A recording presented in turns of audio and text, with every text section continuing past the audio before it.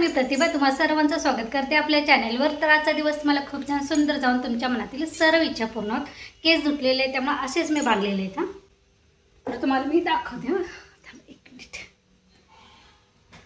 तर हा बघा नागोबा। आजच्या दिवशी आमच्याकडे कधी प्रत्येकाच्या घरी असा नागोबा आणून दिला जातो। तर आज आहे नागपंचमी। तुम्हा सर्वांना नागपंचमीच्या हार्दिक हार्दिक शुभेच्छा। तर आमच्याकडे नागपंचमीच्या दिवशी काय काय केलं जातं, कशी कशी पूजा असते ते मी सांगणार आहे। म्हणजे पूर्ण आमच्या कोल्हापूर जिल्ह्यात जरी म्हटलं ना, थोडाफार असा फरक असेल प्रत्येकाच्या भागाच्या नुसार, पण कणी सर्रास अशीच पूजा केली जाते आणि असंच काहीतरी पदार्थ बनवले जातात। पदार्थ काय ते मी तुम्हाला दाखवते। पहिल्यांदा नागोबा पूजून घेऊ देवावर, त्यानंतर भेटू।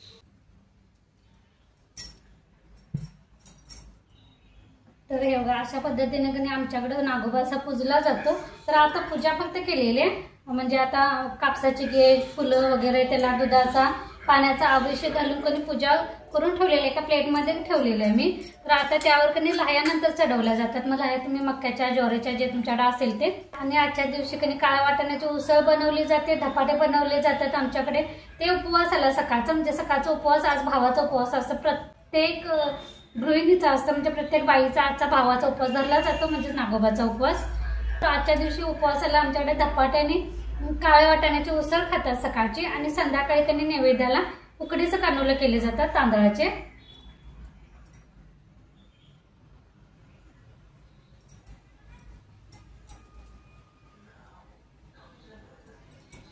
आणि ते उकडीचे कानोले कधी मग नैवेद्य म्हणून दाखवलं जातं।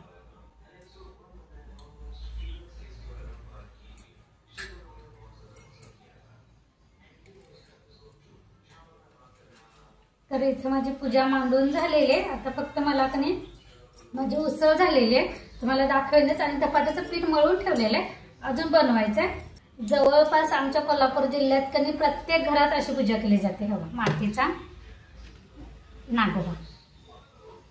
देवपूजा तर आपली झालेली आहे। मी काल कणी रात्री बेडशीट मशीनला लावली होती, ती उन्हात घालूया आणि आजची रोजची कपडे मशीनला लावून घेऊया।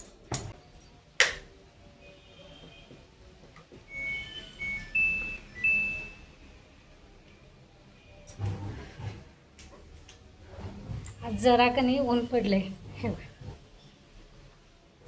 बरं आहे ना। बेडशीट मी इथे जिन्यावरच घातले, कारण ऊन जरी पडलं असले ना 5 मिनिटात कधी झिरमट येईल आणि कधी कपडे भिजल्याची गॅरंटी नसते। ऊन पडले बरं झालं, कारण आमच्या इथे कणी नागपंचमीला वाघापूरला कणी ज्योतिबाचं देवस्थान आहे। तर तिथं नागपंचमी दिवशी कणी भरपूर गर्दी असते, म्हणजे लांबून लांबून लोक कणी आजच्या दिवशी दर्शनाला येतात। तर बरं झालं ऊन पडले, नाही तर काय पावसात दर्शन करायचं, कारण गाड्या कणी आज सोडत नाहीत। बाहेरच, गावाच्या बाहेरच गाड्या लावायला सांगतात, तिथून मग चालत जायला लागते दिवसाचं। संध्याकाळचं जर गेलं कणी तर मग थोडंसं आत पाठवून देतात।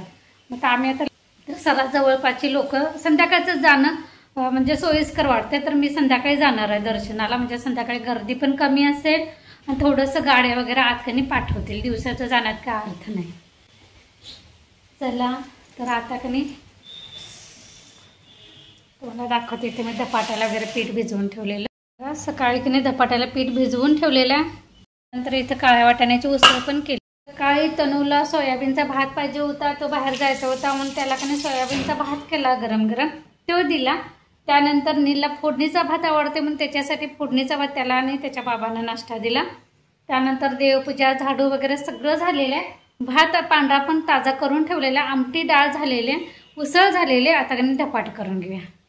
आणि कपडे पण आपले लावून झालेले आहेत। आज फक्त मी आता फरशा वगैरे पुसणार नाही, कारण आज मला उकडीचं कानोलं पण करायचं आहे, तो आळूच्या वड्या करायच्या आहेत, म्हणजे माझा दिवस जाईल। आणि त्यानंतर संध्याकाळी कणी वाघापूरला ज्योतिबाला पण जायचं आहे। त्यामुळे आज काय फरशा वगैरे पुसत बसणार नाही, मग लयच दगदग होते एकट्याला। तरी पण त्या काकी येणार आहे दुपारचं, म्हणजे कानोलं करू लागायला, तोपर्यंत सकाळचं तरी आवरून घ्यायला पाहिजे। मला धपाटे केले, माझे धपाटे करून झाले, तुम्हाला दाखवते। तर हे बघा, त्यात मी गव्हाचं ज्वारीचं आणि बेसनचं पीठ मिक्स केलं। तिन्ही पीठ मिक्स केल्यानंतर यामध्ये हळद टाकली, हिंग टाकलं, मीठ टाकलं। त्यानंतर मी जे वाटण केलं होतं त्यात हिरव्या मिरच्या टाकल्या। त्यानंतर लसूण भरपूर टाकली होती मिरचीसोबत। मिरची पण थोडी जास्तच टाकली होती, कारण जेवढं खमंग असं तिखटपणा असेल ना तेवढा धपाटा चवीला चांगला लागतो। त्यानंतर जिरं आणि थोडंसं मीठ घालून पाणी न घालता मी वाटण केलं होतं, ते वाटण टाकायचं। त्यानंतर अजून मी जिरे टाकले, तीळ टाकलं, आणि थोडं तेल टाकलं आणि पाणी घालून हे सगळं कधी मळून ठेवलं होतं. त्यानंतर हे अशा पद्धतीने लाटूनच मी धपाटे केले तेव्हा. हे कणी असे धपाटे तुम्ही दह्यासोबत इतर वेळी तुम्ही ज्यावेळी म्हणजे आता आमच्याला कसं भावाचा उपवासाला हे धपाटे केले जातात. इतर वेळी नाश्ता म्हणून केलं तरी चालतं. दह्यासोबत सॉससोबत पोरं खाऊ शकतात.